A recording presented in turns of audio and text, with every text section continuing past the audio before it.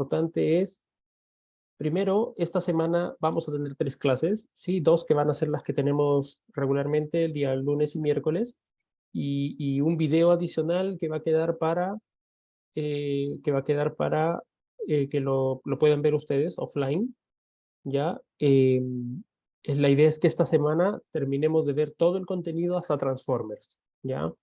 Entonces vamos a ver hoy día Machine Translation y atención probablemente. La siguiente clase vamos a ver Transformers como tal, tanto para texto como para imágenes.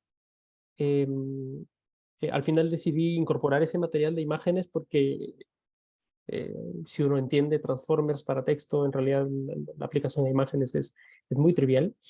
Y luego la clase extra va a ser sobre laboratorio.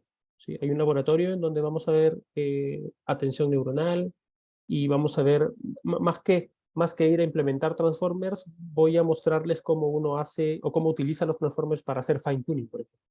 ¿Sí? Y cómo los podríamos utilizar para hacer alguna tarea propia. ¿Ya?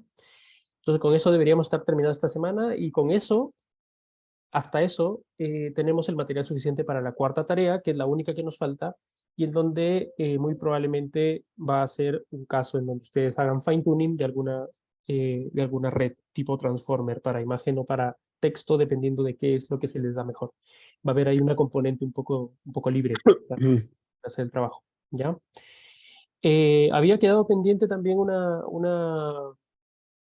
algo que había surgido la semana pasada con respecto al cuestionario. Ya, yo sin fijarme, el cuestionario había estado disponible por un tiempo, hasta martes mediodía, me parece, y como hubieron muchas personas que me pidieron que ojalá pudieran hacer el cuestionario, yo abrí el cuestionario pasada las 11 de la mañana, pasada el mediodía, ¿cierto? Volví a abrir el cuestionario sin darme cuenta que las respuestas aparecen en el cuestionario cuando uno ya lo termina, ¿ya? Entonces, alguien me lo hizo notar y claramente eso era un error, ¿cierto? Porque entonces había una alta chance de que aquellas personas que hagan el cuestionario después les pueda haber ido mejor que aquellos que lo hicieron en su tiempo. Entonces, no nos hacemos problemas y simplemente el cuestionario queda eliminado, ¿de acuerdo? Así que probablemente no van a ver nota reflejada del cuestionario 8, creo que es, ¿sí? En el boletín de notas, así que solamente se van a tomar en cuenta los cuestionarios habilitados. ¿Ya? Esta semana no hay cuestionario. Sí tenemos cuestionario las otras 2 semanas que vienen. Las últimas 2 semanas tenemos cuestionario y con eso cerramos. Me parece que vamos a tener 10 cuestionarios hasta terminar el semestre. ¿Ya? Eh, esta semana también, hasta el viernes, yo ya les defino cómo vamos a hacer con las evaluaciones. Van a haber solo 4 tareas. No va a haber eliminación de tareas. Lo que sí va a haber es una actividad recuperativa, ¿ya? Em, eh, que les va a permitir a aquellos que quieran, opcionalmente, mejorar alguna nota haciendo esta actividad recuperativa, ¿ya? Y también van a haber eliminación de cuestionarios, que ya les voy a comentar cuál va a ser. Voy a hacer un pequeño estudio ahí de cómo van las notas para ver cuántos diccionarios eliminamos. ¿Ok? Me comentan por aquí, dice Víctor, siento que es injusto para quienes respondieron bien, a no ser que haya entendido mal. Lo que pasa es que, hay personas que hicieron el cuestionario a tiempo y se equivocaron.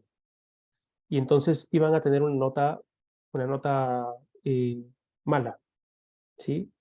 Y habían personas que hicieron el cuestionario después y al haber tenido acceso a las preguntas, entonces les iba a ir bien, claramente, ¿sí? Entonces no era justo con aquellos que habían hecho el cuestionario mal, ¿sí?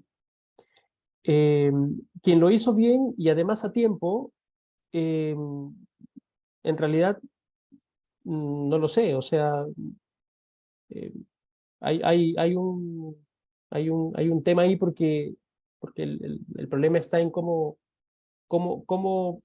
definimos cuándo considerar a alguien una nota sí y una nota no. Tendría que abrir de nuevo el cuestionario, por ejemplo, ¿sí? Eh,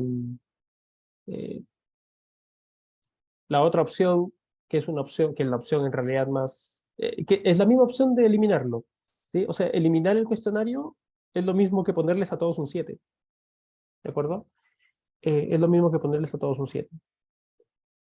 Quienes se beneficiarían de ello, por ejemplo, son aquellos que tienen alguna nota mala por ahí y que la quisieran eliminar, ¿cierto? No se tenía nota la gente que entregó hasta antes del cierre original. No se podrían dejar la nota de la gente que entregó hasta antes del cierre original. Eh, como si no se hubiera extendido el plazo.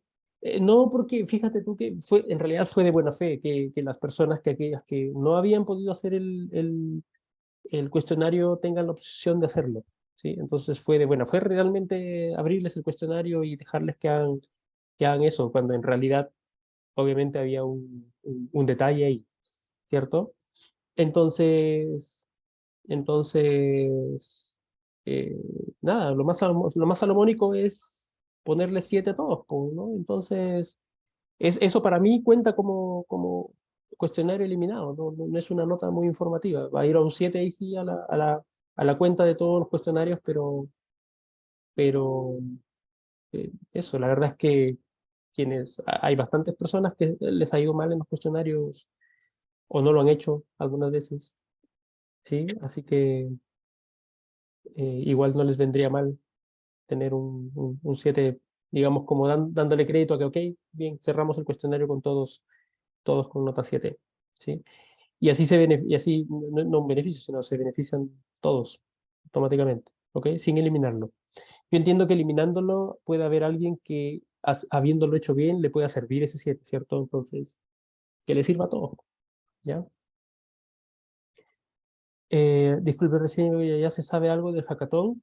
Sí, vamos a hacer el hackathon y el hackathon va a ser una actividad opcional dentro del curso. Inicialmente estaba siendo pensado que sea una actividad opcional sin nota. Ahora va a ser una actividad opcional con nota, ¿ya? Y que va a servir para que lo hagan quien quiera hacerlo de manera opcional, pero además de eso, que el que lo haga y lo haga bien tenga una retribución en nota que pueda ayudarle, por ejemplo, a subir notas en su trabajo, ¿sí? Eso. Opcional, ¿sí? Opcional. No es una nota que reemplaza nada, no es una nota que va a alguna parte. Si alguien quiere hacer el hackathon y no le va bien, perfecto. Simplemente no usamos esa nota para algo, pero aprendes, ¿sí? Yo creo que lo vamos a hacer, yo creo que lo vamos a hacer la siguiente semana. Podríamos empezar día jueves, ¿sí? Empezamos día jueves, día viernes, ¿ok? Y podríamos cerrarlo el día sábado haciendo algo en la mañana, por ejemplo, como un cierre, como ya algunas conclusiones sobre el problema y lo que hagamos, ¿ya? Pero igual yo les comunico, ¿ya? Yo les comunico para poder hacer esto, ¿de acuerdo? La tarea 4 va a ser publicada este día viernes, ¿sí? Este día viernes se publica la tarea 4 y tendrán 2 semanas para hacer la tarea 4, en donde la tarea 4 tiene una carga muy baja, ¿ya? Una carga muy baja. La idea es que esta tarea 4 la utilizamos para dos cosas en particular. Una, para cerrar las notas, el curso, pero la siguiente es para que ustedes experimenten con Transformers, ya que es algo que les interesa, ¿no? Es lo más moderno que existe en redes neuronales y que se vayan del curso sin haber probado cómo funcionan, sin haber hecho cosas con ellos, me parece algo que no debería ser, ¿ya? Entonces, por eso aprovechamos que hemos retrasado esta tarea un poquito para dejarles una tarea con algo muy moderno, ¿sí? La hackathon y la tarea recuperativa son cosas distintas, ¿verdad? Es lo mismo, o sea, en realidad es una actividad, no es una tarea, ¿sí? La hackathon es una actividad que, en la que vamos a realizar algún trabajo, ¿sí? Eh, y la participación en la actividad, tal cual está diseñada, porque hay varios momentos de la actividad en donde tenemos que juntarnos unos 15 minutos para revisar algunas cosas, ¿sí? Esa participación, eso amerita una nota, ¿ya? Entonces, obviamente, va a valer el esfuerzo para aquellos que quieran hacerlo. No entendí, ¿el hackathon será obligatorio o no? No, pues estoy diciendo que es opcional, ¿cierto? Es opcional. El hackathon es opcional para aquellos que quieran mejorar la nota o aquellos que quieran simplemente hacer la actividad sin nota. ¿Sí? O sea, no sé, por ejemplo, quieres aprender cómo hacer tuneo de hiperparámetros para un cierto modelo, ok, haces el hackathon. Si tú no quieres hacerlo por nota, simplemente me dices, profe, no quiero hacerlo por nota, quiero hacerlo porque aprendí, ya estoy bien con mi nota, no quiero perjudicar ninguna nota ni nada, estoy bien, perfecto, lo hacen. ¿Ok? Eh, o sea, es con nota, pero esta no baja el promedio. Nunca. Esta actividad es para aquellos que quieran subir su nota. ¿Sí? Si tienes un 1 en un cuestionario, esta actividad puede ayudarte a ponerle un 7 a ese 1. Si tú tienes puros 7 en el curso, ¿sí? Si tienes puros 7 en el curso, y no quieres ya complicarte, pero quieres aprender algo, entonces vienes al hackathon y lo haces. Y me dices, profe, no quiero nota, quiero simplemente hacerlo porque me da la gana de hacerlo. ¿Ya? Esa es la idea. ¿Ya? Es súper opcional. O sea, creo que nunca fue algo más opcional que esto. ¿Sí? Sí, puede ayudar a tareas, a cuestionar. La idea de esta actividad, fíjense, es una actividad que no va a ser tan fácil. ¿Ya? No va a ser tan fácil. Va a requerir que uno esté metido ahí algo de tiempo durante el tiempo del hackathon, ¿sí? Entonces, la idea es que valga la pena. La idea es que, bueno, ya, ok, quiero subir una nota de tarea o mi promedio de tarea lo quiero subir a un, no sé, a un 5 porque es lo que necesito. Entonces entras a la actividad y le das, ¿sí? Eso, esa es la idea. Lo que quiero ver es que, que, que haya, que haya ganas de hacerlo, ¿no? Esa es la idea, más que hacerlo. Bueno, si necesitas una nota lo vas a hacer claramente, pero la idea es ganárselo, ¿ya? Ahora, eh, ya van a ver cuando publiquemos la información del esto del hackathon, en realidad es algo que es más bien formativo que evaluativo. No va a haber una forma directa de asignar un 5 un 6 un 7 a esta tarea. Por eso es que inicialmente, cuando empezó el curso, yo les dije, este curso, este curso en particular, no es para que estemos pensando en las notas, es para que lo aprovechemos, es para que le saquemos el jugo, es para que ya, pongamos que de repente por aquí ustedes necesitan alguna nota para sacar el curso adelante, perfecto, quiero verlos en el hackathon, quiero verlos trabajar, y viéndolos trabajar, entonces yo no tengo ningún problema en ponerles la nota que les falta donde les falte para que ustedes aprueben, o para que tengan la nota que quieran si así lo merecen. La idea es que eso, que aprendamos, ¿sí? ¿Alguna pregunta hasta ahí?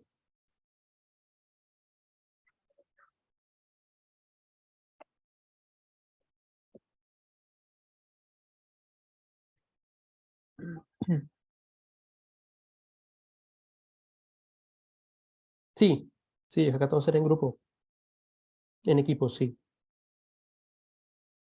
Sí, y para que puedan ir buscando a alguna persona. Pero, entiendo que no todos van a querer participar tal vez. Entonces, por ejemplo, tienen que ir pensando si, si, si hay alguien que quiera acompañarnos para hacer la actividad. ¿Grupos de cuánto? De dos. De dos. Sí, tienen que hacer su convocatoria. Tienen que hacer su convocatoria. ¿Ok? Bien. Sin más preámbulo, vamos a empezar. Si tienen alguna duda, me la hacen saber. Este fin de semana, el viernes tenemos el enunciado de la tarea y el fin de semana tengo el documento que es como el, la información del hackathon. ¿Sí? Así que para que la puedan ir analizando durante la semana hasta que podamos empezar. ¿Ya? Eso. Voy a compartir pantalla.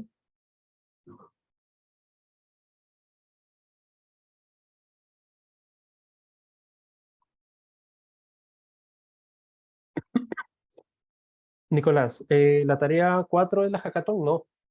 No, son dos actividades distintas. La tarea 4 es obligatoria, es la que van a tener que hacer sí o sí desde este viernes en 15 días. La hackathon es una actividad que vamos a hacer la otra semana y que va a durar 2 días y medio, probablemente. ¿Ok? Eso. Ok, bien. Bien, vamos a empezar. Hasta la última clase, nosotros habíamos visto cómo funcionaban las redes neuronales recurrentes. De hecho, les había mostrado en la última clase una, una a través de gráficos, cómo es que uno va tomando la información de entrada, cómo esa información de entrada, que es una secuencia, por ejemplo, palabras, cómo esa información de entrada se representa a través de vectores numéricos, que los conocemos como embeddings, y cómo estos embeddings son los que sirven para ir computando la información en una red recurrente, ¿no? La red recurrente tiene esta suerte de comportamiento autorregresivo, en donde cada información nueva siempre toma en cuenta la información la información anterior para ir calculando nuevas cosas, ¿no? Y habíamos hecho el ejemplo de la clasificación de reviews, ¿ya? De películas, ¿cierto?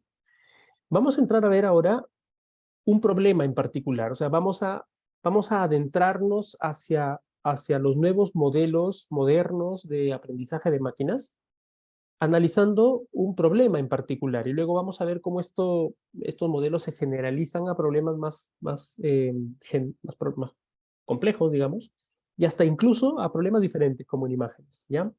Y vamos a hablar acerca de Machine Translation, básicamente el problema clásico de traducción, ¿ya? Yo tengo una oración en un lenguaje y quiero traducirla a una oración en otro lenguaje. Quiero una máquina de aprendizaje que aprenda a hacer eso, ¿ya?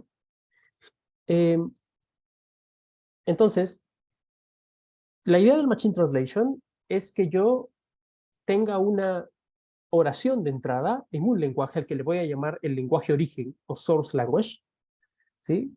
Y voy a tener un lenguaje de salida, ¿cierto? Yo quiero traducir siempre, no sé, del francés al alemán, del español al inglés, ¿de acuerdo? Entonces, por ejemplo, supongamos que yo tengo esta oración, ¿no? Yo tengo la oración, Juan limpia la casa para la fiesta de su cumpleaños, ¿ok? Juan limpia la casa para la fiesta de su cumpleaños, ¿de acuerdo? Si yo quiero, por ejemplo, traducir esta sentencia, que es un conjunto de palabras, ¿sí? Entonces yo quisiera que un algoritmo me entregue la oración de salida, ¿no? Y este algoritmo va a ser una máquina de aprendizaje, una red neuronal, pero me va a decir esto, ¿no? Eh, Juan cleans the house for his birthday party, ¿ok?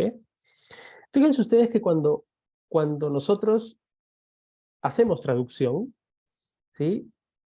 Literalmente uno no traduce una sentencia palabra por palabra, ¿sí? O sea, puede darse el caso de que sí, como por ejemplo los nombres, ¿sí? Una entidad nombrada como Juan va a pasar directamente a la traducción.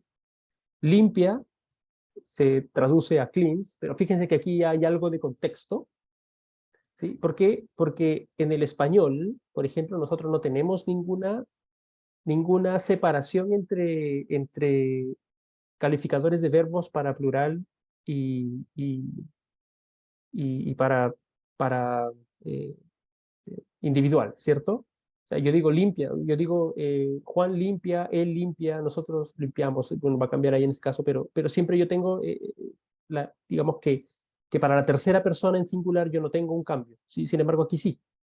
Allí ya hay una primera cosa que, por ejemplo, las máquinas de aprendizaje tienen que aprender a hacer, y es que este verbo limpia tiene un contexto. El verbo limpia tiene un contexto porque depende de quién está aplicando la acción. Como quien aplica la acción es una persona, es una tercera persona singular, entonces el verbo tiene que traducirse como cleans, ¿ya? Y así, ¿no? The house for his, ¿sí? For his birthday party, ¿no? Entonces, por ejemplo, este su que está aquí, ¿no? Fíjense cómo el su que está aquí termina yendo como a una palabra antes, que es his, y fiesta de su cumpleaños tiene una traducción diferente porque se intercambian las palabras del inglés, ¿ya?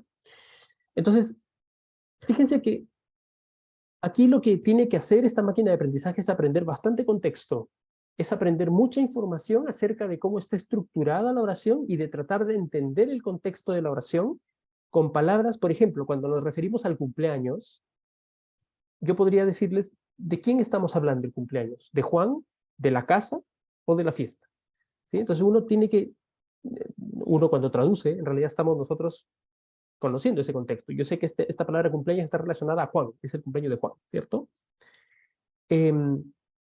Y eso no es tan fácil de poder pasárselo a un modelo de aprendizaje, ¿no? Ese contexto, ¿ya? Vamos a ver entonces cómo uno podría resolver este problema desde lo que nosotros ya conocemos, ¿sí? Primero, ¿sí? Primero, eh, el Machine Translation clásico que utiliza Machine Learning estadístico, ¿sí? Es básicamente un modelo probabilístico, ¿ya? Un modelo probabilístico que se aprende desde datos, en donde yo lo que quiero es, dada la oración X en el lenguaje origen, encontrar la oración Y en el lenguaje target, tal que se maximice la probabilidad de esa oración Y, ¿sí? Entonces, es como que yo quiero asignarle a cada oración posible en el lenguaje target una probabilidad de acuerdo a cuál fue la oración origen en el lenguaje origen. ¿Sí? ¿Cuál fue la oración origen en el lenguaje inicial? ¿De acuerdo? Entonces, por ejemplo, si yo tuviera la traducción correcta, entonces probablemente aquí tendría un valor muy alto de probabilidad. Pero si yo traduzco mal la oración, entonces yo tendría un valor bajo de probabilidad, porque básicamente lo que tengo es que la probabilidad de una oración mal traducida debería ser baja. ¿Ya? Si uno aplicara la regla de Bayes es una regla de las probabilidades que me dice cómo puedo yo calcular probabilidades condicionales a este tipo de probabilidad en donde yo digo la probabilidad de algo condicionado a algo se llama una probabilidad condicional, ¿sí? Si yo aplico la regla de Bayes a esta probabilidad condicional, esto se representa como el producto de dos probabilidades, ¿ya? Que es la probabilidad de X condicionado en Y por la probabilidad de Y, ¿ya? Y fíjense que esto tiene un sentido cuando uno habla de modelos estadísticos del lenguaje, ¿sí? El sentido que tienen estas dos probabilidades nuevas, ¿sí? Son las siguientes. La probabilidad de Y, o sea, fíjense, la probabilidad de esa oración de salida sin depender de nada, ¿sí? A eso se le conoce como un prior, se le conoce como una información que se puede calcular previamente antes de hacer la traducción, ¿sí? A esto se le conoce como un modelo de lenguaje, ¿ya? Este modelo de lenguaje simplemente asigna una probabilidad a qué tan bien estructurada está la oración en I. Entonces, de alguna forma, fíjense, esta probabilidad lo que está haciendo es medir cuál es la fluidez del lenguaje de salida, ¿ya? Y esta otra probabilidad es la probabilidad de X dada la oración Y. Este es un modelo de traslación. Este modelo de traslación es un modelo que empareja, ¿no? Empareja esta oración con esta oración deberían tener una alta probabilidad. ¿Por qué? Porque son oraciones que vienen de un corpus en donde probablemente yo tengo la traducción correcta, ¿sí? Entonces, si yo conozco esa información, ¿sí? Si yo conozco esa información, yo puedo ir atribuyendo probabilidades entre parejas, ¿sí? Probabilidades entre parejas de oraciones, ¿de acuerdo? Este modelo de traslación, ¿sí? Es el que se aprende, ¿sí? Y se aprende desde los datos, ¿no? Porque yo sé, cuando tengo datos, cuando tengo un corpus, para entrenar, por ejemplo, un algoritmo de Machine Translation, lo que necesito es un texto que esté en un idioma con otro texto que esté en el idioma target y en donde haya una correspondencia de oraciones, ¿no? La primera oración corresponde con la primera oración en cada uno de los lenguajes, la segunda con la segunda y así. Y de ahí entonces yo puedo sacar un modelo que me estime cuál es la probabilidad eh, de estas dos sentencias, el lenguaje target y el lenguaje source, ¿ya? Esto es en el modelo estadístico, ¿ya? Cuando uno se va a estudiar Machine Translation en NLP clásico, que no utilizaba redes neuronales, toda la investigación estaba dirigida a cómo uno calcula estos valores de P, ¿sí? Cuáles son las mejores formas de cómo calcular estas probabilidades y de cómo aprender estos modelos a partir de la data, ¿ya? Entonces, nos estamos dando cuenta de que para que yo pueda tener un buen modelo de Machine Translation, lo que necesito es un corpus que asocie las sentencias que uno debe traducir de un lenguaje a otro, ¿sí?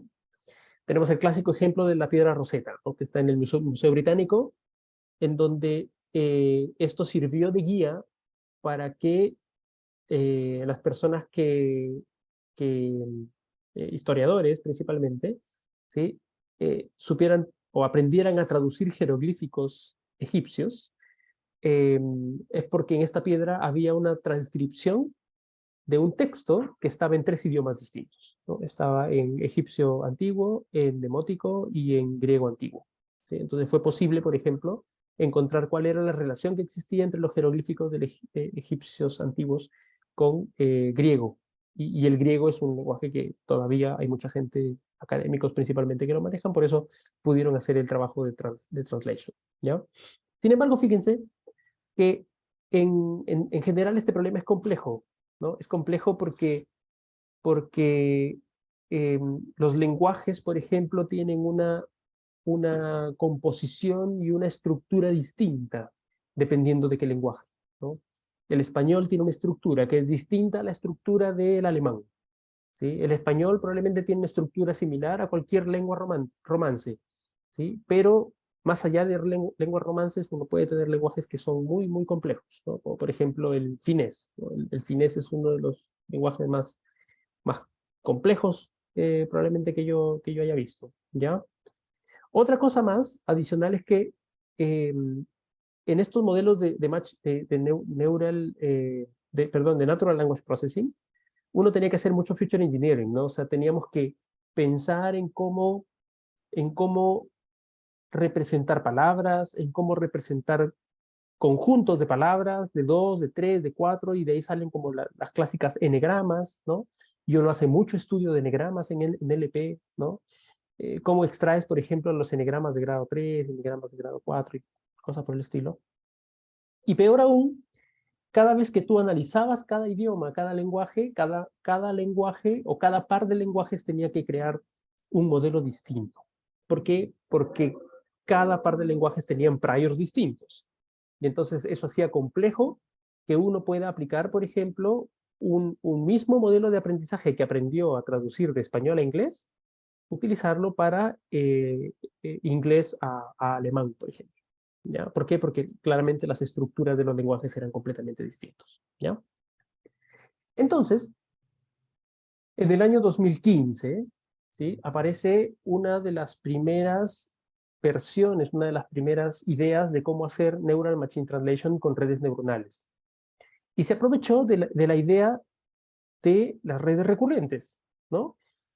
En estricto rigor, fíjense que el problema de Machine Translation es convertir una secuencia de entrada en una secuencia de salida, ¿sí? Yo tengo una secuencia de entrada de datos y quiero generar una secuencia de salida. Y es por eso que estos modelos que hacen Neural Machine Translation en realidad son, de manera general, un conjunto de modelos que se les conoce como sequence to sequence, que son aquellos modelos de redes neuronales en donde tú consumes una secuencia y generas una secuencia de salida, ¿ya? Y en donde caben también, por ejemplo, los modelos de eh, video captioning, por ejemplo, y muchas otras aplicaciones más, ¿ya?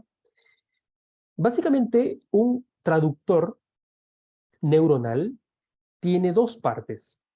Y miren, esta figura es tal cual, tal cual nosotros la estamos representando aquí, es como se siguen implementando los traductores, ¿ya? Solamente, solamente que lo que va a cambiar entre los modelos iniciales que aparecieron en el año 2015 en adelante a los modelos modernos que estamos viendo ahora, que aparecieron en el año 2017 con Transformers y todos los modelos después de eso, ¿sí? Todos tienen esta misma estructura. Todos se componen de 2 partes. Un primer modelo, al que le llamamos encoder, que lo que hace es tomar la secuencia de entrada y consumirla hasta generar un vector único de representación, en donde ese vector único de representación está representando a todo el input, ¿sí? Recuérdense que eso podemos hacer nosotros con una red recurrente, ¿cierto? Puedo consumir toda una data secuencial y al final tener solo un solo vector de salida que representa a toda esa secuencia, ¿ya? Eso hace el encoder, ¿ya? Eso hace el encoder. Recibe la información de entrada, la modifica, la transforma y genera un solo vector de salida. Ese vector de salida alimenta al segundo componente, en donde el segundo componente es de nuevo una red recurrente que comienza a generar una a una las palabras de la traducción. Se le llama decoder justamente porque toma como input este vector inicial que representa a la frase en el idioma 1 y consume esa frase y comienza a generar las palabras del idioma 2. ¿Ok? Como vamos a ver en nuestra clase siguiente, esta es la misma arquitectura que utiliza Transformer, por ejemplo.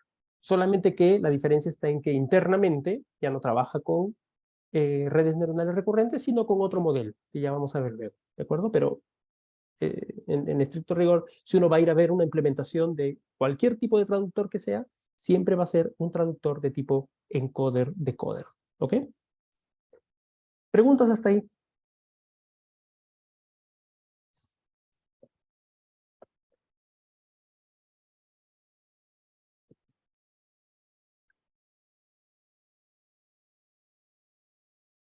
Todo ok, ¿ok? Ok, entonces, vamos a ver un ejemplo, porque nosotros ya sabemos cómo funciona la red neuronal recurrente, ¿cierto? Ya sabemos cómo funciona una LSTM, ya sabemos cómo funcionan estas cosas. Entonces, vamos a ir directamente a ver un ejemplo, ¿ya? Vamos a ir directamente a ver un ejemplo de cómo se va procesando esta información, ¿ya? Para darnos una idea de cómo funciona, ¿de acuerdo? Entonces, lo primero es que yo voy a tener claramente una sentencia de origen. Por ejemplo, voy a utilizar esta oración, ¿no? El bebé está llorando, en donde hay 4 palabras. Y lo primero, ¿sí? Lo primero que vamos a nosotros a acordarnos, ¿ya? Es que cada palabra, ¿sí? Cada palabra está representada por un embedding, ¿cierto? Cada palabra está representada por un embedding, ¿ok? Entonces, cuando nosotros en este gráfico simulamos la palabra entra a un modelo, lo que está entrando no es la palabra, sino que lo que está entrando es un embedding de esa palabra, ¿cierto? Entonces, lo que va a pasar aquí es lo siguiente. Esta primera palabra ingresa a la red neuronal recurrente del encoder y lo que va a pasar ahí es que se va a generar un primer vector oculto, ¿cierto? ¿Sí? Se genera un primer vector oculto, ¿de acuerdo? Después de computar la red neuronal, la célula, la celda de la red recurrente, genero un vector oculto en donde ese vector oculto, junto con la segunda palabra, son utilizados para generar el segundo vector oculto. ¿Sí? Ese vector oculto, a su vez, junto con la tercera palabra, es utilizado para generar la tercera palabra, la tercera vector oculto, y por último, hasta tener el último vector oculto cuando ya se ha procesado la última palabra. ¿Sí? ¿Estamos de acuerdo? Recuerden ustedes que esto lo habíamos visto en la clase pasada. Cuando yo proceso un input, una secuencia de entrada en un framework como PyTorch, PyTorch lo que me hace es devolverme todos los vectores ocultos. ¿Recuerdan eso? ¿Sí? Me devuelve todos los vectores ocultos porque yo puedo requerirlos para hacer alguna cosa, ¿cierto? Entonces lo que me va a devolver PyTorch, por ejemplo, si yo hiciera esto con una red neuronal recurrente, es que me va a devolver todos estos vectores empaquetados. ¿Ya? Me va a devolver el primer vector oculto, el segundo, el tercero, el cuarto, que es el último. ¿Ya? Pero para traducir, ¿sí? Y esto significaría el encoder, ¿cierto? El encoder va a ser toda esta parte en donde acabo de procesar toda la secuencia de entrada y ahora ya generé un vector para toda la frase, para toda la sentencia. Voy a tomar este último vector, que es el que está representando toda la secuencia, ¿sí? Voy a tomar este último vector y ese último vector es el único que va a alimentar a la segunda parte, en donde ahora sí fíjense cómo sucede el proceso de decodificación. ¿Ya? En el proceso de decodificación, yo lo que voy a hacer es tratar de comenzar a generar las palabras traducidas. Para generar las palabras traducidas, la primera vez que yo ejecute esta primera red red neuronal que está en esta segunda parte, yo voy a requerir del último vector que vino de aquí, pero además necesito de un input, ¿sí? Como todavía estamos en el tiempo cero, yo no he traducido nada todavía, entonces siempre existe un flag o un token, en donde ese token es un token especial que le indica a la red neuronal recurrente que va a empezar a generar cosas, ¿sí? Es el token start, ¿sí? Entonces, ese token start ingresa a la red, genera un primer vector oculto para el decoder y luego, utilizando ese vector, voy a calcular cuál es la palabra de salida. Fíjense que aquí sí he colocado esta palabra argmax. ¿Por qué? Porque ahora sí, este es un vector de una cierta dimensión. ¿Sí? Este es un vector de una cierta dimensión y básicamente lo que yo quiero hacer es utilizar este vector para transformarlo en alguna palabra del vocabulario. Lo que va a pasar aquí internamente es que este vector está entrando a una pequeña red neuronal, a un MLP, en donde está transformando este vector de dimensión, pongámosle 128, está transformando este vector de tamaño 128 en un vector gigante de probabilidades de tamaño tantas palabras como hayan en el vocabulario, ¿sí? Por ejemplo, si mi problema es traducir al inglés y en el inglés hay 40.000 palabras de vocabulario, significa que aquí al final voy a generar un vector de 40.000 posiciones. ¿Y por qué le puse argmax? Porque de esas 40.000 posiciones, como van a ser computadas por un softmax, ¿sí?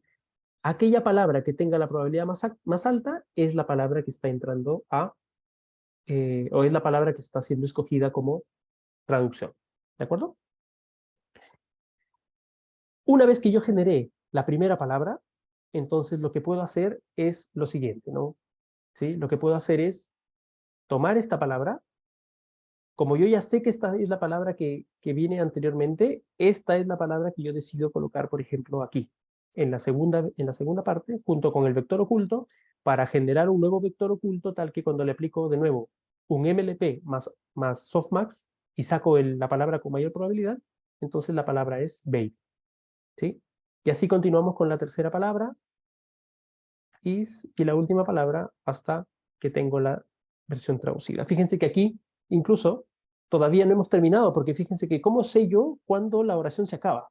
¿Sí? Tenemos que hacer una iteración más en donde al ingresar la última palabra que es crying, la red me retorne un token especial en donde ese token especial me dice que ya terminó de generar palabras.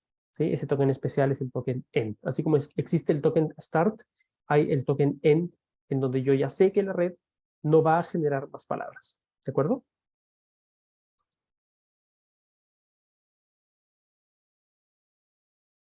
Elisa, profe, no me queda claro cómo se generan los vectores ocultos, ni cómo pasamos del encoder original al start. ¿Ok? Ya. Vamos a volver a eso, ¿ya? Sí, vamos a volver a eso. Eso lo vimos la clase pasada, ¿cierto? Porfa, confírmenme, porque es algo que creo que vimos en la clase pasada.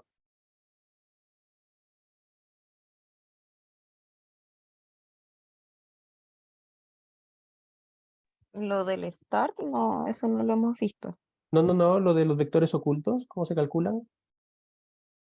Los estados Sí, eso ocultos. sí, pero yo creo que ella se refiere a los verdes.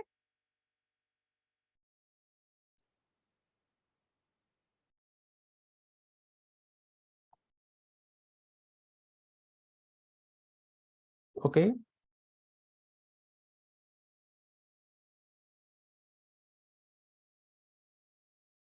Ya.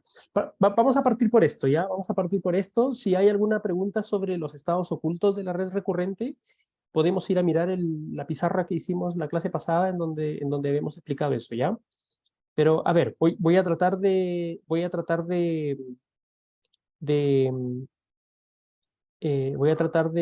explicar esto de otra forma. A ver, estamos de acuerdo en cómo se genera cómo se generan los vectores ocultos de esta parte, del azul, ¿cierto?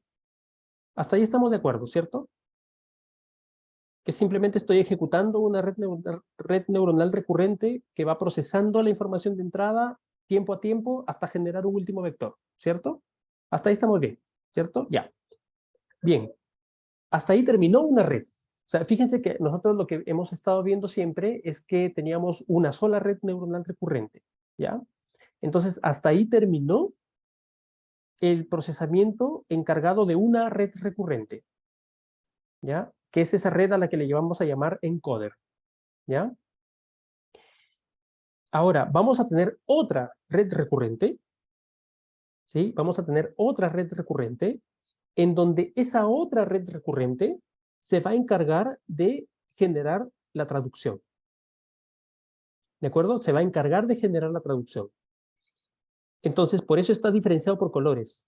Toda esta parte azul está siendo generada por una red recurrente, que es la del encoder, que consume la oración de entrada, y toda esta parte verde es otra red recurrente que va a generar las palabras de la traducción, ¿ya? Que va a generar las palabras de la traducción, ¿de acuerdo? Sigue siendo una red recurrente que tiene el mismo funcionamiento de siempre.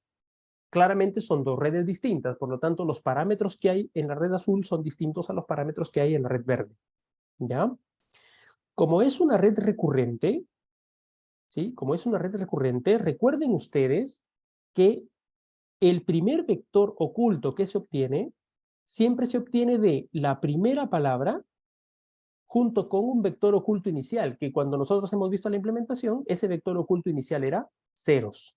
¿Recuerdan? ¿Sí? Aquí había un vector oculto inicial de ceros junto con este vector y eso me servía para generar el primer vector oculto. ¿Sí? Elisa, ¿la arquitectura también es distinta? Sí, puede ser distinta. ¿Sí? La arquitectura puede ser distinta. Son dos redes completamente distintas. Cada una tiene su objetivo. La primera, consumir la oración de entrada. La segunda, generar la oración de salida. ¿Ya? Ok, entonces, la segunda red neuronal recurrente necesita empezar a generar, ¿sí? Necesita empezar a generar la información de traducción. Y para eso, ¿sí? Para eso, este módulo, ¿ya? Este módulo tiene que recibir un input, siempre, ¿cierto? Siempre tiene que recibir un input y siempre tiene que recibir un estado inicial oculto. Solamente que el primer estado oculto del decoder ya no tiene por qué empezar con un estado oculto 0, sino que viene condicionado del estado oculto que fue generado por la red neuronal anterior. Es por eso que ese estado oculto de la red neuronal anterior es el que sirve como input para la primera ejecución de la traducción. Y ahora, fíjense que la traducción ocurre en la salida de la red neuronal recurrente, aquí, arriba. Pero yo necesito un dato de entrada, ¿sí? Yo necesito un dato de entrada para que se pueda procesar. Ese primer dato de entrada es un vector que representa un símbolo especial que significa que estoy empezando a generar cosas. Por eso, así como yo iba creando mis tokens y en los tokens tengo cada palabra presente en el diccionario, yo voy a agregar a propósito un token que se va a llamar start y un token que se va a llamar end. Y hay otros tokens más que ya vamos a ver luego en la práctica, ¿ya? Pero estos tokens son especiales. Son símbolos con sus embeddings que me permiten saber cuándo estoy empezando a generar una oración y cuándo estoy terminando de generar una oración. ¿De acuerdo? Janina, te escucho. Profe, es que como que no entiendo qué usa la red para aprender, o sea, eh, esas palabras sueltas de baby crying, o sea, lo que tiene la red para comparar, para hacer la salida es un diccionario de palabras en inglés o tiene frases? ¿Cómo hago uso del contexto para saber que esa primera palabra es de? Ya. Y Lo que porque pasa es que, acá se da como el ejemplo de que palabra a palabra lo traduzco y resulta, pero en otros casos no va a ser así. ya. Lo que pasa es que fíjate que aquí estamos representando cómo funciona la red para traducir. Todavía no hemos mencionado nada acerca de su entrenamiento, Ya. Pero la ¿cierto? idea es que para el tiempo cero en la parte que traduce, donde está el Sí, start, sí, eh, se hace uso de la información de la secuencia completa. No es que tome la primera palabra y vaya a traducir la primera palabra suelta. exacto. Fíjate que lo que está entrando a esta primera componente es el vector que representa a toda la frase de entrada, Sí, ¿sí? ¿Ok? Este vector que está ingresando aquí, este vector H inicial para el decoder, ese vector H inicial para el decoder es el que contiene toda la información de la frase de entrada, no es el vector que solamente viene de la primera palabra, ¿sí? Es el vector de toda la frase, ¿de acuerdo? ¿Sí? Y hasta ahora todavía no estamos hablando de entrenamiento, ¿ya? Porque les estoy comentando cómo funciona la red. O sea, imagínense esta red que ya está entrenada y está generando una traducción. ¿Ya? Pero ya vamos a hablar del entrenamiento en un ratito, porque ahí va a cambiar la cosa, porque ahí tenemos que, por ejemplo, comparar si esta palabra que se ha generado aquí es realmente correcta o no. Luego comparar si esta palabra que está aquí es realmente correcta o no, y así. ¿Por qué? Porque yo tengo un corpus, y el corpus es el que me guía para saber si yo estoy haciéndolo bien o estoy haciéndolo mal. ¿De acuerdo?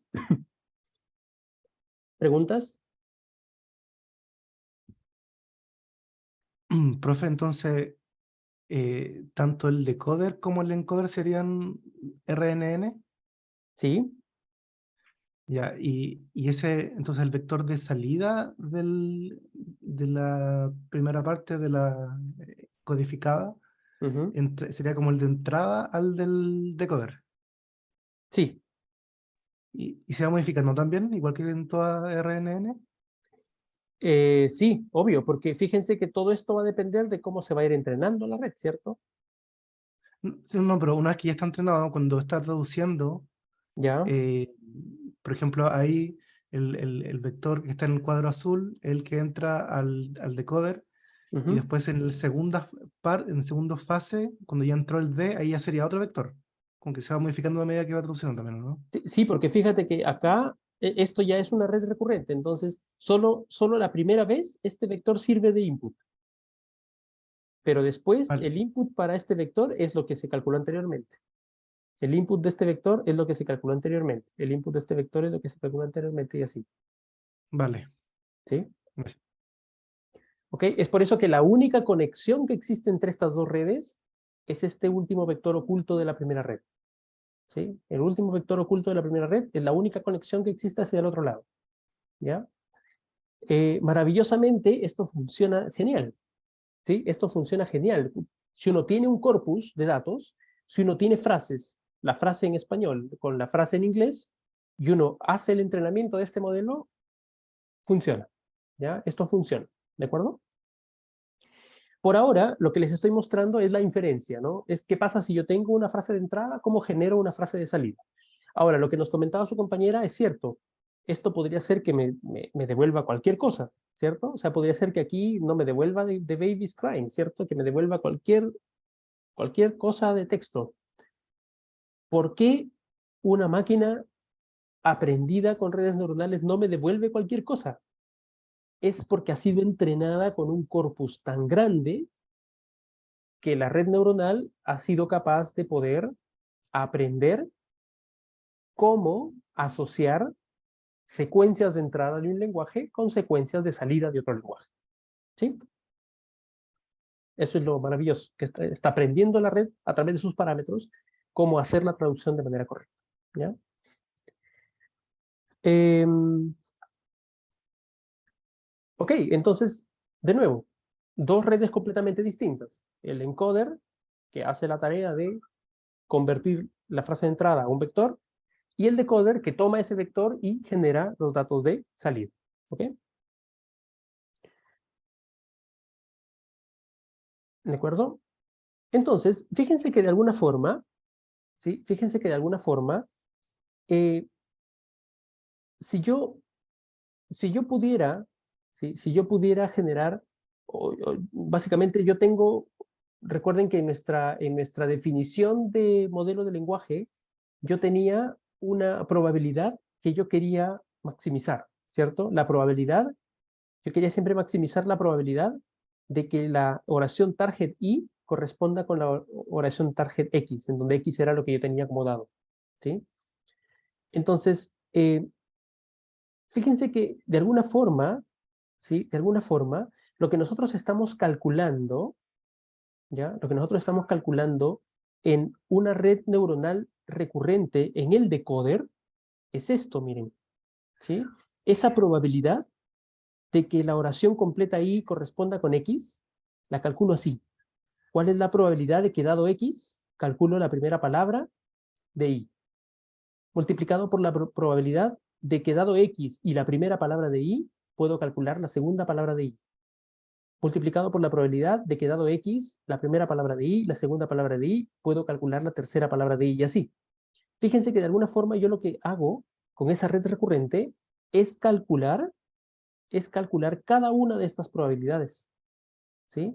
Cada una de estas probabilidades, ¿cierto? Y si yo multiplico todas esas probabilidades, entonces yo puedo tener una buena aproximación para la probabilidad de la traducción, ¿ya? Sebastián nos dice, también hay que hacer padding en el decoder. Ya lo vamos a ver, ¿sí? Ya vamos a ver esos detalles, lo vamos a ver en la implementación en realidad, ¿ya? Porque esa pregunta ya nos estamos viendo hasta cómo se implementa esto, ¿sí? Pero primero queremos entender cómo funciona, ¿ya? Porque luego los demás detalles son detalles, de la práctica en realidad, ¿ya? En algún momento sí, porque si yo quiero, por ejemplo, y esto es puramente técnico, si yo quiero hacer que todo esto se pueda alimentar en una red neuronal en paralelo, para poder entrenarla en paralelo, entonces necesito que las secuencias tengan el mismo tamaño, ¿ya? Y entonces claramente hay que hacer padding, ¿sí? ¿Ok? ¿Sí? Ya, eso. Entonces fíjense, el decoder de la red neuronal recurrente en Machine Translation lo que está haciendo es calculando esta probabilidad a través de este producto, de todas estas probabilidades. ¿Ok? ¿Sí? Entonces, ¿cómo se entrena esta red? ¿Ya? ¿Cómo se entrena esta red? Miren, vamos a ver cómo se entrena. ¿Ya? Para entrenar esta red, yo lo que tengo la oración de entrada y tengo la oración de salida. ¿Sí? Tengo la oración de entrada y tengo la oración de salida. ¿De acuerdo? Es decir, yo tengo un corpus en donde en ese corpus sé cómo asociar cada oración de entrada con cada oración de salida. Entonces, dada mi red neuronal encoder y mi red neuronal decoder, ejecuto la red, tal cual hemos visto hace un momento, ¿sí? Ejecuto la red, eso hace que en el decoder, en algún momento voy a generar una salida I1, ¿sí? Voy a generar una salida I1. Que esa salida I1 corresponde con ¿qué? Corresponde con la palabra que ha salido en esta primera parte, ¿sí? La segunda palabra, la tercera palabra, la cuarta palabra, la quinta palabra. ¿De acuerdo? Yo conozco estas palabras que han sido calculadas aquí, en el proceso. Pero a la vez, yo sé que esta primera palabra debería ser, o sea, la salida deseada, debería ser da. La tercera palabra, la segunda palabra aquí, por ejemplo, ¿sí? La salida deseada debería ser baby, ¿sí? La última palabra, por ejemplo, esta, debería ser end, ¿sí? Entonces, fíjense que ahora tengo una forma de cómo calcular un loss. El loss lo voy a calcular como la suma de las diferencias entre cada una de las palabras que me sacó el decoder con cada una de las palabras que están en el corpus. Aquí va a ser la diferencia entre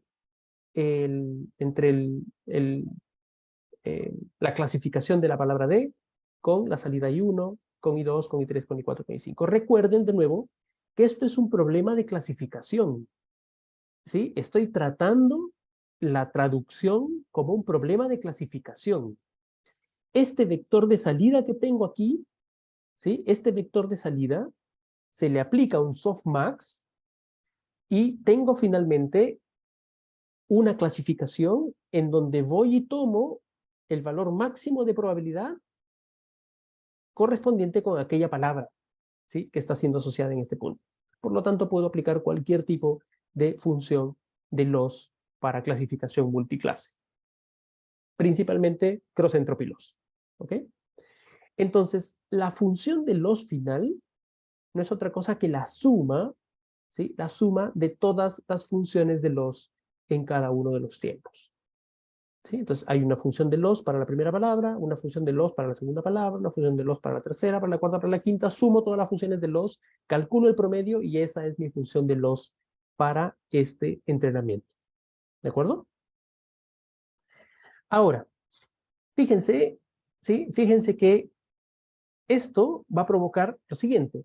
Si yo tengo una función de loss, entonces el backpropagation se va a ejecutar de esta forma, ¿no? En este punto hay una función de loss que hace backpropagation hasta este punto. Aquí hay un backpropagation que hace backpropagation hasta este punto. Aquí, backpropagation aquí, backpropagation aquí, backpropagation aquí. Y luego, fíjense que esto es un solo módulo. ¿Recuerdan ustedes cuando vimos backpropagation a través del tiempo? Esto es un solo módulo que tiene que ir siendo entrenado con respecto al tiempo. ¿Sí? Entonces, hay un valor de error en el tiempo 5, un valor de error en el tiempo 4, un valor de error en el tiempo 3, un valor de error en el tiempo 2 y en el tiempo 1, que se acumulan para aplicar los cambios en los parámetros en este primer modelo. Para después, cuando haya algún valor que retropropagar desde este punto, se retropropaga hasta el encoder y de nuevo en el encoder esos valores van retropropagándose a través de todo el modelo. ¿De acuerdo? Entonces, fíjense, basta con que yo tenga una función de loss bien definida, entonces todo este modelo puede ser entrenado end-to-end. Genero mi corpus y comienzo a mandar la data. ¿Hasta cuándo? Hasta que yo comience a reducir el loss. ¿Cuándo voy a reducir el loss? Cuando las traducciones sean correctas. ¿Ok? ¿Preguntas? Profe, ahí las salidas predichas entonces son la palabra como tal, no el vector oculto generado. Las salidas predichas Los son, y gorritos, eh, son las salidas, o sea, en realidad es el vector de clasificación ya. ¿Sí? Porque sí, fíjate que sí, es el vector de clasificación. ya. Y entonces se calcula la pérdida con el valor verdadero, que el valor verdadero entonces también son un vector de palabras, digamos, ¿no? Es un Ahí, one-hot encoding. Es ya, que, sí. claro, por ejemplo, cuando tú quieres comparar esta salida con, acá decimos, entre comillas, con la palabra da, no es la palabra da, sino que es un vector que tiene tantos valores como palabras hay en el vocabulario y en donde solamente hay un 1 en la palabra da. Todos los demás son ceros. Ya. ¿Y cómo lo hace cuando no coincide la cantidad de palabras? Como que ahí no cacho. Por Eh, ejemplo, como cuando quieres traducir una palabra nueva que no está en el vocabulario, ¿a eso te refieres? no, o sea, por ejemplo, ya tengo esta frase en español que tiene 4 palabras y que en inglés también son 4 palabras, pero no siempre va a ser así. Ya, sí, Si tengo una palabra que, por ejemplo, en español son 6 palabras, pero en inglés son 5, ok. ¿cómo cachai dónde parte y dónde termina? Que a lo mejor va a tener que 2 palabras transformarla en una o una transformarla en dos, no sé. No, no, no, no, es que fíjate que aquí da lo mismo porque el único indicador, o sea, hasta dónde proceder con la traducción, ¿sí? El indicador te lo da, ¿ya? El indicador te lo da el token de end, que tú lo vas a tener en el corpus de entrenamiento. O sea, en el corpus de entrenamiento, el lenguaje target, tú siempre tienes que colocarle el token end al final para que sepas hasta dónde tiene que traducir. ¿De acuerdo? Entonces, si por ejemplo tú tenías tu oración de 4 palabras en español, pero en el lenguaje target eso traducía a 6 palabras en inglés, esas 6 palabras del inglés tienen además un token final en el que tú le estás diciendo a la red, es para avisarle a la red que son 6 palabras y al final ahí tiene que quedarse. ¿Sí me entiendes? Claro, o sea, entiendo cuando terminan las frases, lo que no entiendo es cómo saben las palabras intermedias, si es que una palabra me va a generar 2 palabras o que 2 tiempos tengo que agruparlos ahora en uno, eso es como lo que no cacho. Lo hace por optimización. ¿Sí? Lo hace por optimización. Por eso es que tú le entregas el corpus. En el corpus debería haber suficiente información como para que la red se dé cuenta cómo tiene que hacer las traducciones desde el lenguaje input al lenguaje output. No hay otra guía. No hay más información. ¿Sí?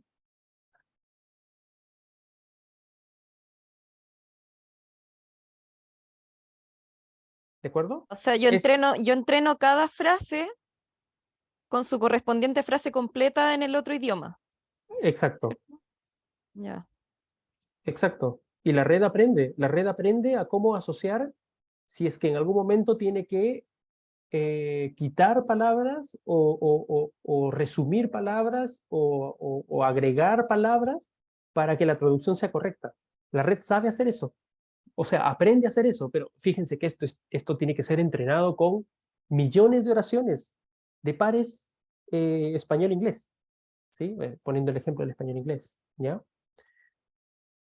Y obviamente tiene la suficiente capacidad como para poder abstraer toda esa información y poder hacer el trabajo, ¿de acuerdo? Profe, yo tengo 3 preguntas. Sí, En primer lugar, todo eso que estamos viendo es solamente un forward, ¿cierto? Solamente como un dato, toda una exacto, frase. exacto. Ya, ya. Y lo segundo, entonces, ¿no pasaría que, por ejemplo, las primeras palabras... Te ¿Aló, muteaste, aló? Diego. Ahí sí, ahí sí. Sí.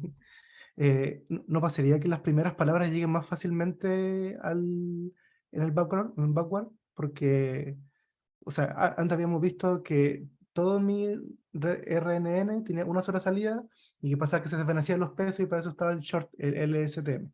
Ujú. Pero ahora hay algunas que llegan más, que se comunican antes con la red que otras. Entonces Ujú. no hay diferencia ahí. Sí, pero fíjense que aquí, de nuevo, ya, de nuevo, esto puede ser cualquier red neuronal, ¿sí? Entonces aquí, cada una de estas cosas podría ser un LSTM. De hecho, es lo que yo usaría si tendría que implementar esto. O sea, puedo utilizar un LSTM para hacer esto también. Y entonces aquí habría shortcuts en cada uno de los tiempos, ¿sí? Vale. Y lo último, como se está usando la suma de los loss, ¿no pasaría que si yo entreno como millones de frases, que sea más fácil que aprenda, no sé, pues, frases largas que frases cortas o viceversa? Porque si es la suma, entonces, en vez del promedio, digo yo. Sí, pero es el promedio. Aquí es el promedio, ¿cierto? Divide por T. Ya, sorry, ahí vi. Sí, Ya. sí, acá está el promedio. Sí. Eso, el promedio es para justamente sopesar que hayan frases más largas, frases más cortas. Igual si hay un trade-off, ¿ya? Igual si hay un trade-off, ¿ya? Entonces ahí a nivel técnico, cuando uno implementa esto, una decisión es, por ejemplo, truncar las frases que son demasiado largas, por ejemplo, y hacer cosas ya a nivel de implementación, ¿ya? Pero en teoría este modelo debería funcionar, o sea, en teoría este modelo debería ser capaz de poder traducir cualquier cosa. ¿Ya? Voy a las preguntas del chat, ¿ya? Gracias. Elisa, pero no entiendo cómo sabe cuándo parar. No entiendo cómo sabe cuándo parar. A ver, Elisa, hay dos momentos. Uno es cuando se entrena y el otro es cuando ya infiere. El otro es cuando ya tú tienes la red entrenada y quieres tirar la traducción. A ver, quiero entender tu pregunta si no sabes cuándo parar dónde. ¿En el entrenamiento o cuando estás haciendo la inferencia-traducción? En ambas, porque al final en el entrenamiento igual como que para cada dato hago una inferencia, ¿no? ¿Sí? Y luego calculo la loss y eso propaga el error hacia las primeras neuronas. ¿sí? Pero no entiendo cuando empezamos a procesar un vector, ¿qué nos dice que viene el token de n? Como ¿qué tipo de transformación se tiene que ver en el vector para saber que ya terminamos de traducir la frase? Ya, es porque el token end es como si fuera una palabra más de tu vocabulario. ¿Sí? Entonces, imagínate tú, pensémoslo de esta forma, ¿ya? Yo tengo un vocabulario, ¿ya? Yo tengo un vocabulario vamos a hacer el ejemplo fácil, ¿ya? Tengo un vocabulario de 10 palabras, ¿ya? Entonces, en ese vocabulario de 10 palabras, yo voy a agregar una palabra más al inicio, que va a ser mi token start. Y voy a agregar una palabra más al final, que va a ser mi token end.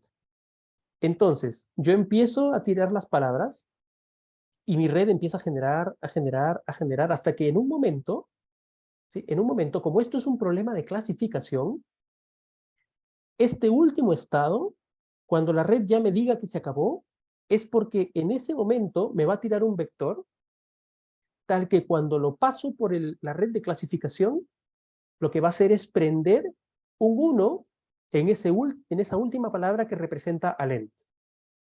Y entonces ahí yo sé que ya se acabó el entrenamiento. O ahí ya sé que se acabó y la red simplemente, la red ya me arrojó un end, ya me dijo hasta aquí nomás, ya no voy a generar más. ¿De acuerdo? ¿Sí? ¿Ahí se entiende mejor? Ok. Sí, gracias. Ya, es eso, es que start y end son dos palabras más del vocabulario, que pueden ser generadas también por la red, ¿ya? Y por ejemplo, ¿qué pasa si es que en una frase mi red predijo mal mi frase y en lugar de asociar una palabra, la asoció el token en entre medio de la frase, entonces como que mi producción queda mal hecha, ¿no? Sí, pero fíjate eso, es que ahí justamente una vez que tú generas un token end, como ya no vas a generar más cosas, tú vas a calcular igual un loss. Y igual vas a calcular el loss de todo lo que tenías hasta ese momento, ¿sí? Y además de eso, ¿sí? Y además de eso calculas, o sea, en realidad en la práctica lo que uno hace, porque podrían ser como cadenas de diferente o secuencias de diferente tamaño, ¿sí? Uno igual le pone una ponderación a aquellas palabras que no fueron traducidas, porque hay un error, ¿cierto? Entonces, hasta ahí, ¿sí? Hasta ahí tú ya tienes suficiente información para hacer backpropagation y decirle a la red, acá hay mucho error, por lo tanto, tienes que actualizar todos tus pesos porque todo estuvo mal. ¿Ok? Ok, gracias. Habían otras preguntas por acá. Yo entiendo que el token end también tiene su probabilidad y que cuando predice que debe predecir end deja de traducir. Eso, sí, eso Sebastián. Sebastián Guzmán. ¿Y qué pasa si traducía de X en español a 6 en inglés, pero la red cree que son más o menos en la salida? ¿Y cómo se calcula el loss? Eso, lo que acabo de explicarles, ¿cierto? El loss se calcula siempre en función de la información que hay, ¿ya? Así que, o sea, una vez que uno generó un token end y todavía faltan palabras por traducir, igual eso te va a dar un loss bastante alto porque eh, te va a dar un loss bastante alto porque estás dejando de traducir palabras que deberían estar dentro de la traducción, ¿ya? Eh, Cristóbal, sí, sí, sí, eso. Solamente que, Cristóbal, si te fijas, el preprocesamiento se aplica sobre el target, ¿ya? No sobre el input. Aquí en el ejemplo el target es inglés. Entonces ahí en tu ejemplo, en tu chat, debería ser todo lo que está ahí, pero con las frases en inglés, ¿no? The baby is crying, y eso se debería transformar a start, the baby is crying, fin, end, ¿sí? Porque dense cuenta que el problema de identificar dónde empieza, dónde termina, ese problema no lo tiene el encoder. Porque el encoder siempre va a tener información observable, ¿sí? El encoder siempre tiene información observable. Siempre recibe una frase, ¿sí? Siempre recibe una frase, tanto durante el entrenamiento como durante la inferencia, siempre recibe una frase. El problema del decoder es que el decoder no recibe una frase, sino que el decoder genera una frase. Entonces ahí sí tienes que tener la información de start y end, porque tienes que saber cuándo empiezas y cuándo terminas. ¿Sí? Pero fue una pregunta. ¿Sí? Eventualmente el encoder podría hacer cualquier cosa que reduzca la dimensionalidad, ¿no es cierto? Acá tiene sentido que sea una RNN por el contexto y texto, pero podría ser eventualmente cualquier cosa. Sería como una inicialización, una partida en caliente de la siguiente RNN con un H ya listo, ¿no? Sí, pero fíjense que, bueno, por ahora la explicación, digamos, o la intuición de por qué utilizar un RNN es porque la RNN de alguna forma está codificando la, la, la información temporal de la frase. ¿Sí? Está codificando la información temporal de la frase. ¿Ya? Entonces, cuando se procesa la información en el encoder, y yo estoy asumiendo como que el encoder está aprendiendo que él debe ir antes de bebé, y que está debe ir después de bebé, y que llorando debe ir al final. ¿Sí? Entonces, es como yo estoy codificando esa información de alguna forma. ¿Ya? Ojo, esa es una suposición que es muy fuerte, de hecho, ¿cierto? Es una suposición, es una suposición previa a mi modelo, de hecho, ¿no? Es que yo estoy asumiendo que el orden importa. Y por eso pongo esta red y hago este modelo y entreno este modelo y bueno, y funciona. Pero vamos a ver cuando veamos Transformers, por ejemplo, que esa suposición parece intuitiva y es una suposición como que parece muy fuerte, en realidad es una suposición que uno podría saltarse completamente y el modelo igual funciona. O sea, una red neuronal igual funciona. ¿Ya? Eso. Pero sí, de acuerdo, Cristóbal, prácticamente uno podría como tomar una caja negra, el encoder como si fuera una caja negra que simplemente toma la frase de entrada y la convierte en un vector. Y ese vector ingresa al decoder y hace el decoder su trabajo. ¿Sí? Gracias, profe. ¿Ok? Eh,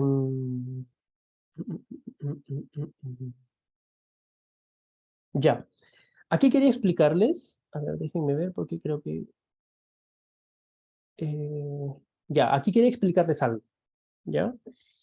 Durante el entrenamiento, hay algo que no sé si alguien de repente se dio cuenta. Durante el entrenamiento, yo utilizo la red decoder para ir generando las palabras, ¿cierto? Genero la primera palabra, utilizo eso para generar la segunda, utilizo eso para generar la tercera, utilizo eso para generar la cuarta, ¿sí? Pero aquí, tal vez, no sé si se dieron cuenta, pero yo podría estar agravando un problema. Y es que al inicio, cuando la red neuronal recién está aprendiendo, las traducciones podrían ser cualquier cosa, porque claramente recién está aprendiendo. Entonces, la primera palabra podría ser un error. Y yo estoy introduciendo ese vector que generó una palabra errónea para la segunda palabra, lo cual puede ser de nuevo erróneo. Y de nuevo ese vector que fue erróneo, ponerlo en la tercera palabra y de nuevo erróneo, ¿cierto? Entonces estoy como acumulando un error que al inicio del entrenamiento podría ser muy, muy perjudicial. ¿Sí? Muy perjudicial. Entonces, para entrenar esta red, se utiliza un mecanismo, una estrategia que se le conoce como teacher forcing. ¿Ya? La estrategia de teacher forcing es una estrategia en donde con algún grado de probabilidad, de hecho es un número aleatorio, yo decido, es como un dropout. ¿Ya? En el dropout recuerdan ustedes que uno tenía un parámetro de probabilidad, ¿cierto? 0.3 significa que hay una cierta probabilidad de que algo ocurra. ¿Ya? Aquí también, durante el entrenamiento de este tipo de redes, teacher forcing, que es esta técnica que les voy a explicar, esta estrategia, también tiene un grado de probabilidad que yo le doy a la red. ¿Qué significa teacher forcing? Teacher forcing significa que va a pasar esto en el encoder, mire, en el decoder, mire. Ingresa este vector, ingresa el start que está aquí, genero la palabra, ¿sí? Y con ese grado de probabilidad, por ejemplo 0.5, yo voy a decidir si este vector que está aquí, para generarse, va a utilizar el vector anterior ¿sí? O sea, la palabra anterior, perdón, o va a utilizar la palabra del ground truth. ¿Se entiende? ¿Sí? Como esto es secuencial, ¿sí? Como esto es secuencial, yo lo que quiero es que esta red también aprenda a encontrar la relación entre la data de salida. Entonces, con un grado de probabilidad, este segundo tiempo va a utilizar la palabra anterior o la palabra del ground truth. ¿De acuerdo? De nuevo, cuando viene la siguiente iteración, con alguna probabilidad, yo voy a decidir si utilizo la palabra predicha anteriormente o la palabra del ground truth. De esa forma, yo siempre garantizo dos cosas. Estoy garantizando que se aprenda la asociación temporal entre la secuencia, pero además estoy forzando de alguna forma a que se aprenda los datos del ground truth. ¿Sí? A que se aprendan los datos del ground truth. ¿De acuerdo? Así que a eso se le conoce como teacher forcing. Por eso es que ustedes, si alguien va a ver una implementación de esto, por ejemplo, ya en la práctica, generalmente van a encontrar eso siempre, ¿no? En este bucle, en donde uno va generando las secuencias, hay este valor, ¿no? Si teacher forcing es true, entonces es como que tiraras una moneda, dependiendo del valor que sale, tomas o la palabra anterior o la palabra del ground truth para hacer el entrenamiento. ¿De acuerdo? Las palabras del ground truth entran como vectores H, entonces, no. Fíjate, Janina, que recuerden ustedes que siempre para generar el vector oculto se requieren de dos cosas. Se requiere del vector oculto anterior y se requiere de un input. ¿Sí? En Teacher Forcing lo que cambiamos es cuál es el input. El input puede ser el embedding del ground truth o el embedding de la palabra anterior. ¿Sí? ¿De acuerdo? Profe, me perdí. Entonces, si no ocupo el ground truth, sería... Es que me perdí. El embedding de la palabra predicha anteriormente. ¿Sí? Ya, Por pero si ejemplo, ocupo el ground truth, entonces sería embedding de esa palabra claro, o sea, por ejemplo, imagínate que acá en la primera y el iteración, estado oculto anterior. claro, imagínate, vamos a hacer un ejemplo, imagínate que aquí en este ejemplo tú ingresas start, el embedding de start, y generas la palabra da, ¿ya? O no, suponte que aquí generas la palabra he, ¿ya? He de él, ¿no? Generas la palabra he, ¿ok? Entonces, en el segundo tiempo, la decisión está en si tomar el embedding del ground truth da o tomar el embedding de he, junto con el estado oculto anterior, para procesar este nuevo estado oculto. ¿De acuerdo? O sea, esas palabras que aparecen abajo, star, the baby's crying, en realidad son embeddings de Del la ground truth. palabra generada anteriormente, ¿eso? No, estos son los embeddings del ground truth.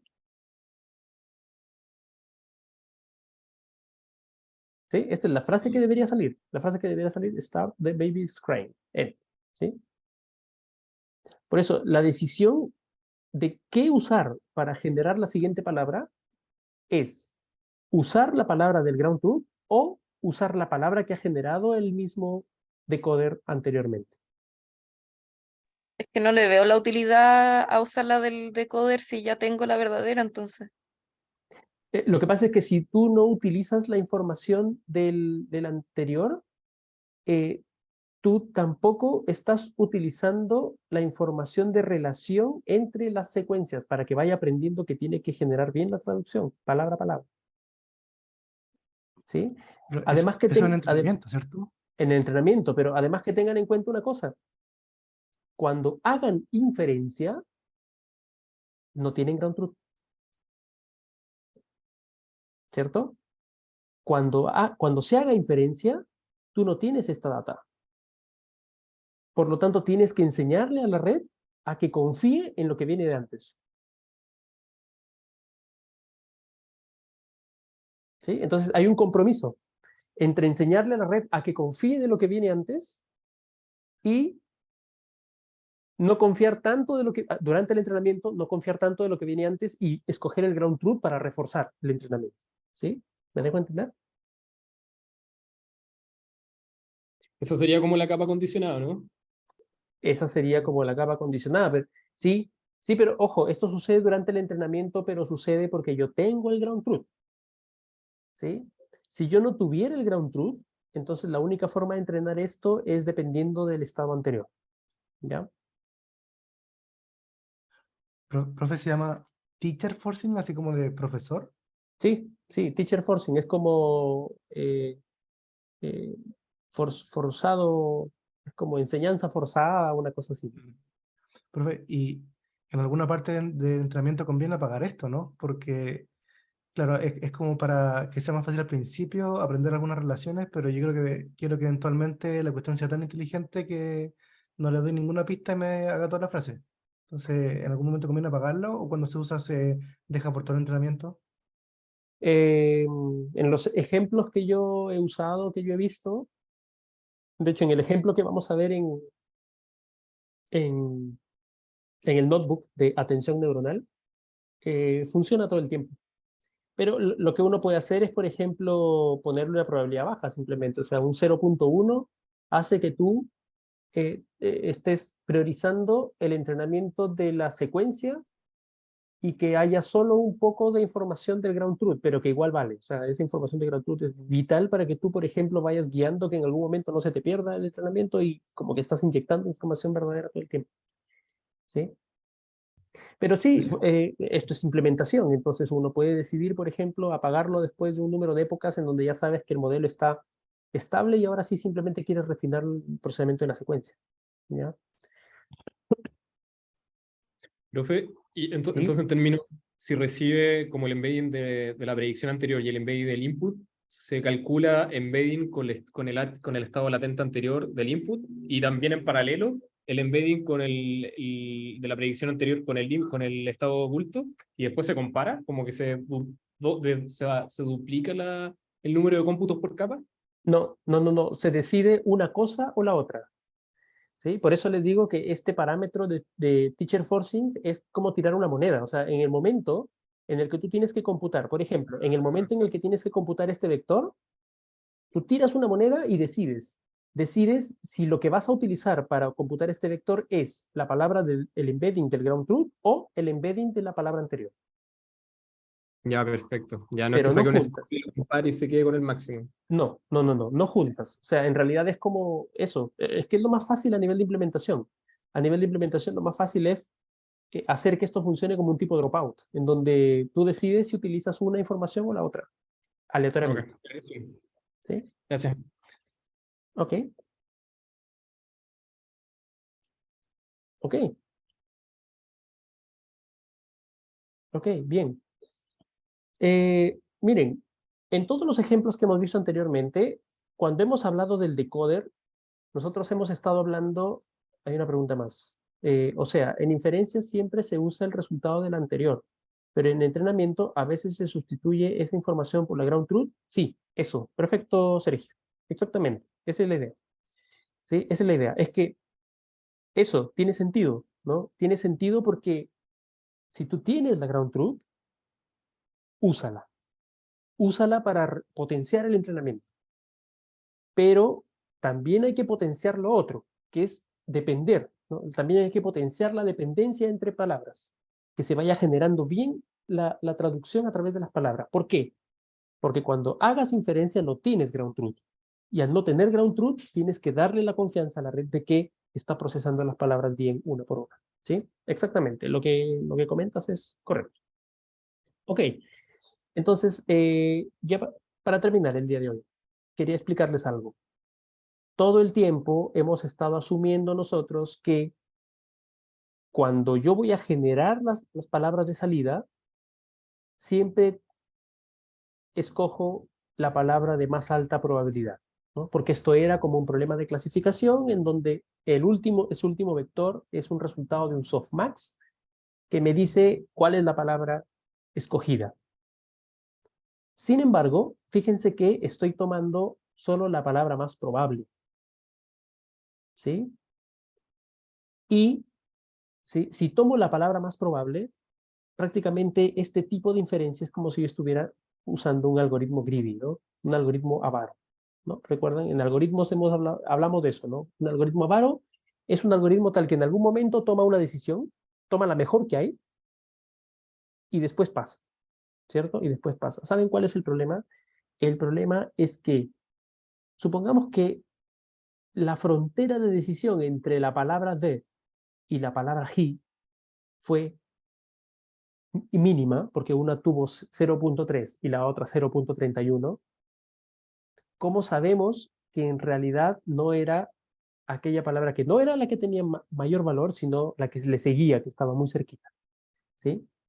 Entonces, uno de los problemas de este tipo de inferencia es que yo escojo una palabra y luego no puedo deshacer la decisión, ¿cierto? No hay forma de deshacer la decisión. Y de hecho utilizo esa palabra durante inferencia, utilizo esa palabra para continuar el proceso. Y si no era correcta, entonces simplemente se malogró todo, ¿ya? La siguiente clase vamos a ver la siguiente clase vamos, bueno, acá hay una explicación de las probabilidades que les voy a hacer la siguiente clase. La siguiente clase vamos a ver un algoritmo que se llama Beam Search Decoding, ¿ya? Que es uno de los algoritmos que se utilizan para mejorar la traducción de textos, teniendo en cuenta que no siempre la mejor probabilidad en un momento dado va a ser la mejor, ¿ya? Y vamos a hacer un ejemplo por ahí. Y también vamos a empezar a ver atención neuronal, que es un concepto bien, bien interesante, ¿sí? Eso lo vemos en la siguiente clase entonces. ¿Alguna pregunta?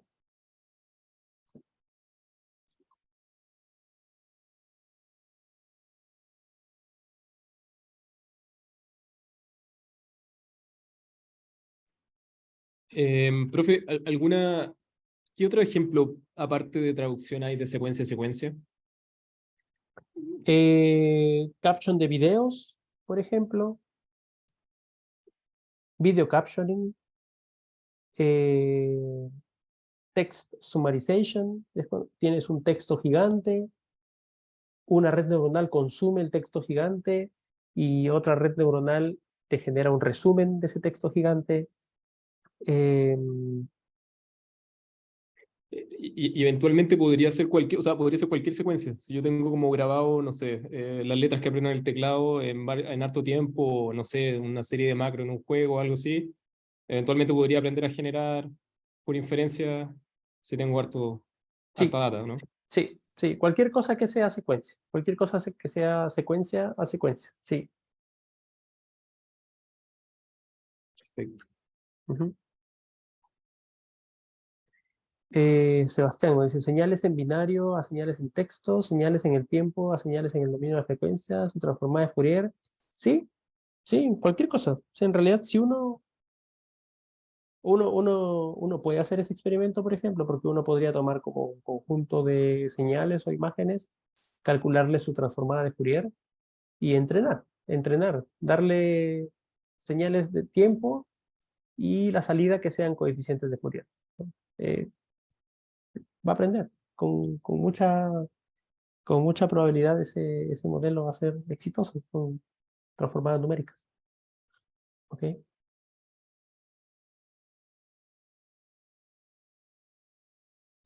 Sin embargo, la traducción de texto es como, la traducción de texto es como lo más conocido, y es el ejemplo más típico que uno vería en este tipo de secuencias, ¿no?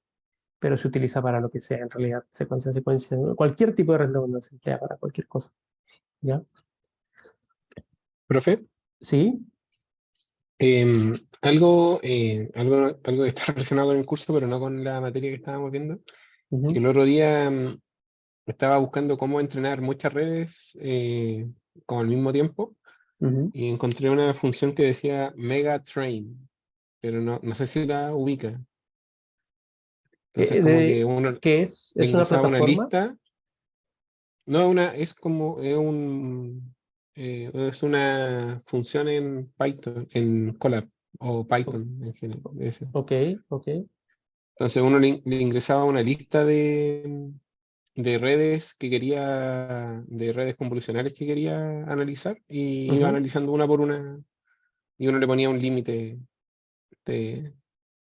para ver como qué red era la que mejor funcionaba. Ya, ya. Yo no conocía eso. Lo que sí he usado, por ejemplo, es el AutoTrain de Hugging Face. ¿Sí? ¿Les suena?